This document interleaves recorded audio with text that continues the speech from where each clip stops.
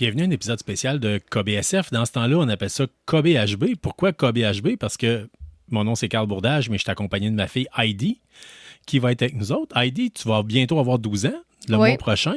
Puis ce qui est le fun là-dedans, c'est qu'on fait des épisodes de temps en temps. Toi puis moi, on fait des épisodes, mais familiaux. Hein? Qui sont disponibles pour tous les âges. Puis souvent, c'est là pour, justement, donner des suggestions. Peut-être que certains parents peuvent suggérer à leur enfant de la lecture, des jeux, des animés, des émissions que vous pouvez écouter. Hein? Ouais. Ce soir, ce soir, là, peut-être que les jeunes nous écoutent le soir, hein, on ne sait jamais, là, présentement, on est à la fin de l'après-midi. Tu vas nous parler de 3 choses aujourd'hui. On va parler d'un jeu, on va parler d'une émission animée qui passe à Netflix, puis on va parler surtout d'une bande dessinée. Si on commence avec ça, de quelle bande dessinée tu veux nous parler aujourd'hui? La bande dessinée s'appelle Dad, genre D-A-D. Oui. Rien d'autre. Ça parle d'un père qui a 4 filles. Puis il y a un nouveau livre qui est sorti. Il s'appelle, c'est le numéro 11, Flashback. Fait que c'est comme, tu vois ils cherchent dans... Je perds mes mots, moi. Ils cherchent dans le garage. Ils cherchent dans le garage, merci. Ils cherchent dans le garage du père à Dad. Puis, dans le fond, ils retrouvent des albums photos. Fait que là, ces filles, ils sont comme « Oh, regardez! Il y a Pandora là-dessus, il y a Ondine là-dessus, il y a... » Fait que là, c'est comme... Puis après ça, tu vois comme les flashbacks. Fait que c'est comme si tu lisais les albums photos toi-même. Dad, dans le fond, c'est un père monoparental. Hein. Il y a 4 filles de 4 mères différentes. Chaque femme a sa personnalité. Chaque ex-femme a sa personnalité. Puis lui, c'est un ancien acteur, hein, c'est ça? Ouais, ancien acteur qui se croit encore toujours bon. Ouais, en fait, il doit pas être si mauvais que ça, mais... Ouais, dépendant. Ouais. Dépendant de l'affaire.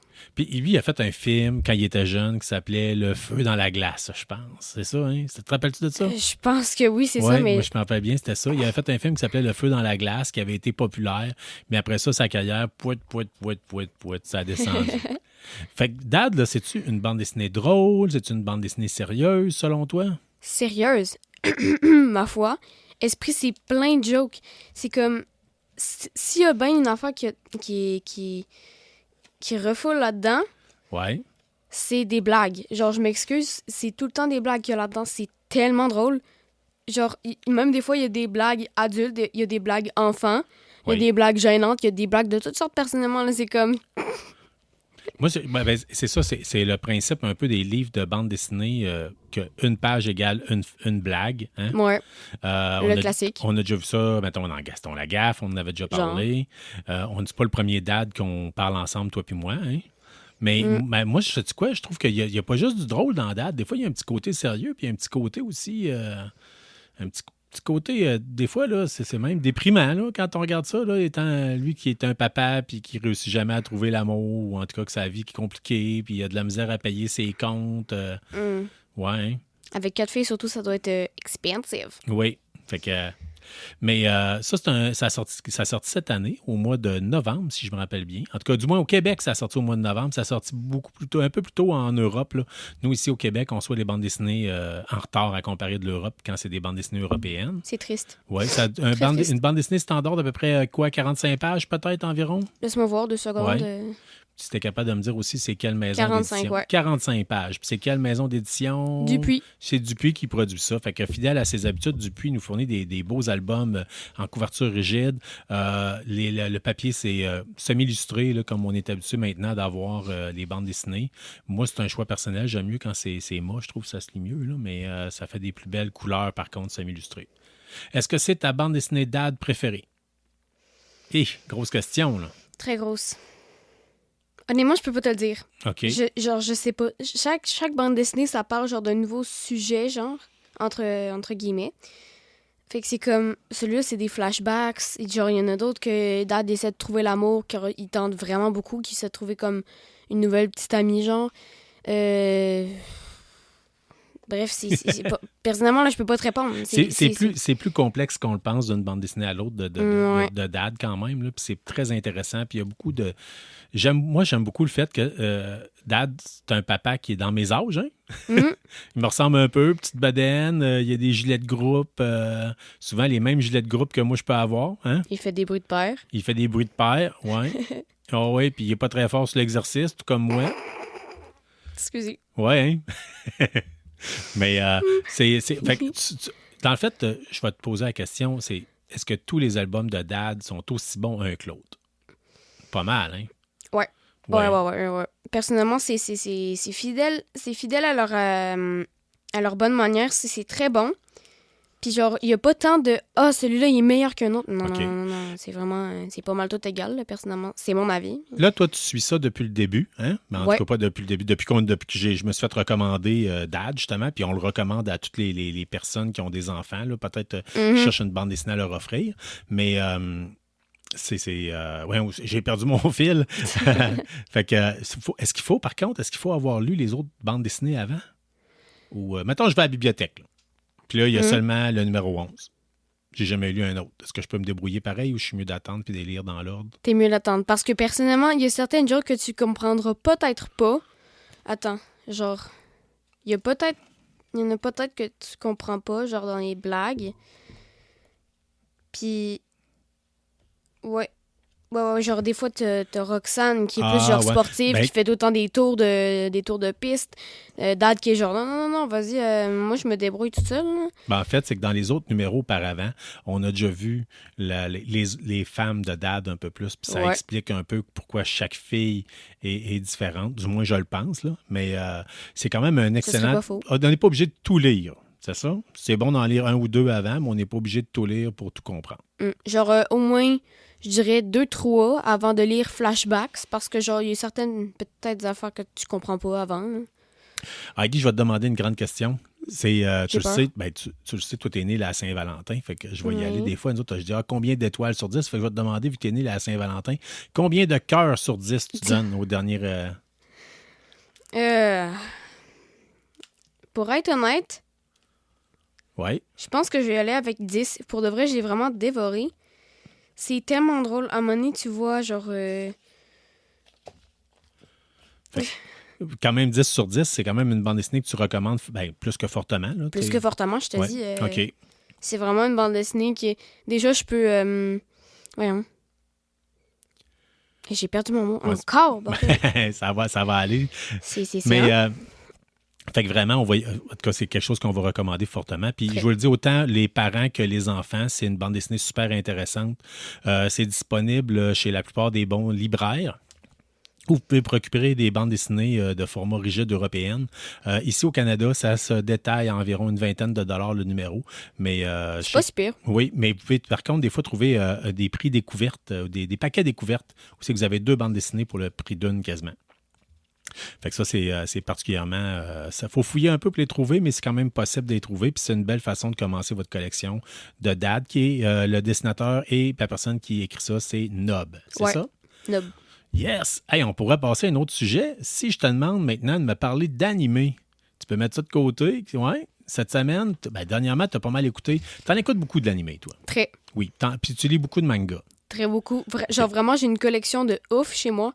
Genre, j'en ai une tablette complète presque de manga. Je peux vous dire que moi, je suis une collectionneuse. Hein? OK.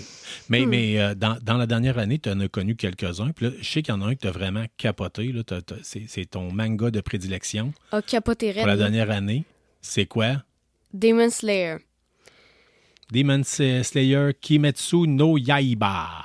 Hein? C'est ça? Ouais. Un petit peu plus... faudrait améliorer peut-être un petit peu plus l'accent japonais, je sais pas. Mais... Kimetsu no Yaiba. OK, non. Non, pas sûr. OK. On va s'essayer pareil. On va juste dire Demon Slayer. Ça parle de quoi, Demon Slayer? En gros. En gros, c'est comme... le personnage principal s'appelle Tanjiro. C'était un fils de... De paysan? Non, pas paysan, mais genre charpentier, je pense. OK, ça se peut. Et il allait vendre du charbon pour aider la famille parce qu'il était un peu pauvre. Il y avait une grande famille, je pense que c'était genre 4 ou 5 enfants. 5 enfants, ouais. Puis sa petite sœur, Nezuko, dans le fond, c'est qu'il y a un démon, fait que le démon le plus puissant, c'est qu'en enfant, il essaie de créer un démon qui peut résister au soleil, parce que les démons, ils peuvent pas résister au soleil. OK. Fait qu'il a essayé, il est venu lui-même chez Tanjiro. je vais vous l'avertir, il y a de la violence. Oui, mais il faut surtout accélérer, résumer un peu plus. Désolé, Fait que il y a Démon, il a attaqué sa petite sœur, c'est ça? OK, bon. Puis elle, sa après petite sœur est devenue un démon. OK. Puis là, lui, il se promène avec sa petite sœur dans un panier, dans son sac, Pas c'est un ça? panier, c'est un sac à dos genre en bois. OK. Il est résistant. Pour l'empêcher que sa sœur voie la lumière du soleil. Oui. Puis là, lui, il cherche à tuer les autres démons. Oui, parce que maintenant, il est rentré dans... Voyons. Parce que moi, je les écoute en anglais, mais je les lis en français, fait que c'est comme... Ouais. Il rentre dans les Demon Slayer Corps. Genre, j'ai vraiment de la misère à le dire en français. Dans les pourfendeurs de démons, merci. Et il essaie de trouver un remède pour sa sœur. Pour sa sœur, pour qu'elle revienne à son humanité. Mais genre, c'est très compliqué. Puis au travers de ça, lui, il se promène, il rencontre plein d'autres personnes, se fait des alliés, des ennemis, il continue là-dedans au travers de ça. Oui.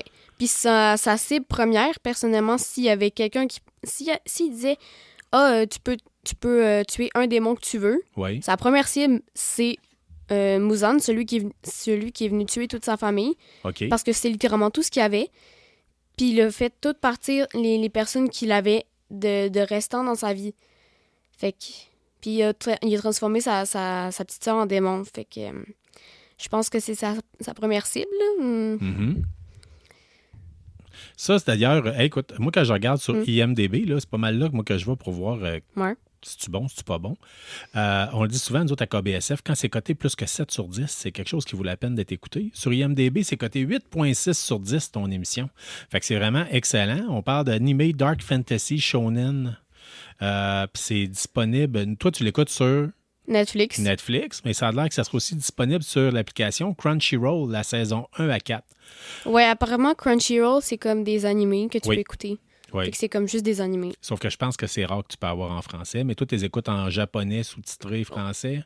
Sous-titré anglais. Sous-titré anglais. Ah ben, à ce moment-là, peut-être que tu serais capable. Je ne sais pas, je dis ça sous toute réserve. Ici, au Canada, on dit qu'il y a 4 saisons. Ben, en fait, 5 sur Netflix, c'est considéré comme 5 saisons, mais c'est pas un vrai 5 saisons, c'est divisé différemment. Je sais pas pourquoi, mais genre, ils ont décidé de couper une saison. Genre, je ne sais pas pourquoi. La dernière est sortie au mois de mai l'année dernière. En tout cas, d'après moi, au Japon, il est sorti au mois de mai l'année dernière. On a un peu de misère, on fouillait tantôt pour voir qu'est-ce qu'il y en est. Possible que ça soit sorti en mai, mais je sais pas. OK. J'ai pas une bonne mémoire. Mais il me semble, moi, j'ai des jeunes au travail qui l'ont écouté puis qui ont commencé, ils l'écoutaient genre dans le coin du mois de mai. Fait que toi, sur 10, encore une fois, j'imagine que si tu as aimé Dad sur 10 sur 10, tu vas me mettre un 10 sur 10 sur Demon Slayer. You bet, je te mets un 1000 sur 10. Ah ouais? Mais aussi, tu écoutes One Piece. Oui. Puis lequel qui est le meilleur entre les deux? Demon Slayer. Demon Slayer, les dessins sont beaucoup plus beaux, hein? Moi, je trouve que oui, en tout cas. Ouais, personnellement, ouais. C'est vraiment genre détaillé. Puis les animations sont très belles. OK. Puis, ouais, c'est comme... plus fluide, hein? C'est flawless. Ouais. T'en lis aussi, les Demon Slayer? Oui. Qu'est-ce qui est le meilleur? Les livres ou le lire ou le regarder à la télé? Pourquoi tout le monde me demande ça? Ben, parce qu'on sait que tu les as regardés, puis t'es devant, puis fait que c'est toi la meilleure personne pour nous en parler. Ben, personnellement, je trouve que c'est égal parce que c'est comme... Les lire versus les écouter, c'est une expérience différente avec les deux. OK. Les lire, t'as vraiment les coups de crayon de l'artiste. Oui.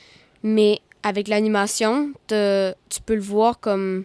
Tu peux voir les dessins, entre guillemets, bouger. Fait que c'est... Personnellement, je trouve que c'est égal. Genre, je peux pas tellement choisir entre les deux. Mm-hmm. Mais si tu me demandes vraiment, genre... moi, je pense que, honnêtement, c'est très dur de choisir, mais je pense que je vais dire écouter. Oui, les couleurs aussi. Mm-hmm. Parce que quand on évoque des mangas, c'est noir et blanc. Là. Oui. Mais c'est très bien tramé dans les mangas. Oui, OK. Ouais. Très. Excellent.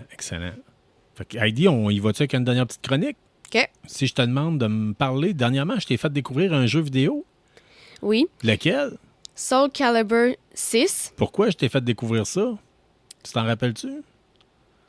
Parce qu'à la base, tu commençais à t'intéresser justement avec Demon Slayer à des personnages japonais qui combattent. Mm-hmm. Puis là, j'ai dit, on pourrait se faire nos propres bonhommes de Demon Slayer, nos personnages de Demon Slayer dans Soul Calibur 4. Puis y jouer. Mais là, on a réussi à retrouver. Moi, je t'avais dit, je l'ai, ce jeu-là. Je l'avais plus. Je l'avais vendu. Il a fallu que je le retrouve. On l'a retrouvé, on l'a mis dans l'Xbox. puis non, il veut pas marcher. Fait qu'on a trouvé le 6 à la place. Hein? Oui, puis j'avais recherché, puis le 6, tu peux aussi faire une création d'avatar. Puis Dieu sait que moi, ce que j'aime le plus, c'est faire mes créations d'avatar. Mm-hmm. Alors moi, j'ai fait, OK, moi j'arrive, je me prends un personnage. J'étais tellement J'étais hypnotisée par la création de mon personnage. T'as vraiment aimé ça, là. Ouais. Puis il y a beaucoup de... Puis ton personnage, toi, tu joues à différents modes. On a joué ensemble au mode arcade, au mode versus. Versus, toi, je pense pas qu'on a joué. Non, on n'a pas joué. C'est comme le mode arcade. Genre. Mais toi, c'est surtout le mode story? Histoire, comment est-ce qu'ils l'appellent, eux autres? Je pense que c'est le mode story, ouais. En tout cas, c'est plus le mode, c'est qu'on se promène dans une carte. Mission, c'est mode mission. Le mode mission, OK. Puis ça, on fait quoi dans ce temps-là? On évolue, C'est que tu pars d'un point de départ, puis là, tu bats des ennemis. T'as comme une petite histoire que tu peux qui te permet de te relier entre les combats. Puis tu peux augmenter le niveau. Puis en battant des ennemis, tu peux avoir genre de la bouffe que tu peux prendre pour comme t'augmenter, pour te donner des capacités de plus. Tu peux avoir des armes de nouveau. Des pièces d'armure, je pense aussi. Des pièces d'armure, j'en ai pas eu récemment, moi. Mais en tout cas, ton personnage peut évoluer au fur et à mesure. Puis c'est quand même pas facile, là, je veux dire. Ouais, la gaffe que moi j'ai fait, c'est que j'ai pas... Parce qu'il y a une chose que tu peux faire, c'est que tu peux explorer les alentours. Mais moi, j'ai fait, je vais continuer ma quête. Je vais pas me pratiquer sur des autres quêtes. Puis je vais avancer. Ouais, à un moment donné, j'étais niveau 8, je me retrouve contre un niveau 16. J'ai un petit peu capoté, je peux vous le dire. Fait que, conseil, allez explorer les alentours pour augmenter le niveau, puis vous trouvez des nouvelles armes. Conseil de fille qui a joué, puis qui a fait la gaffe. Ouais. D'ailleurs, on l'a même pas précisé quel genre de jeu c'est, mais c'est un jeu de combat. Hein? On a tellement pensé à côté. C'est face à face, hein? Même s'il y a un peu un phénomène de quatrième dimension, parce qu'on peut quand même se tasser. Là. Dans certains jeux de combat, c'est vraiment comme un plateau, on est face à face. Dans celui-là, il y a un petit côté qu'on peut bouger un peu là, sur les profondeurs. Oui. Puis la caméra, elle fait 360. Oui, ça fait longtemps que ça existe sur Calibur. Là. Ça doit faire pratiquement une trentaine d'années. Je ne savais même pas que c'était si vieux. Oui, c'est quand même... En tout cas, le premier de tout, là, moi, j'ai joué à l'arcade. Là. Puis ça fait quand même très, très longtemps. Puis ceux qui ont joué à la première version à l'arcade... vous ne serez pas nécessairement dépaysés. Il y a même certains personnages qui reviennent. La plupart reviennent.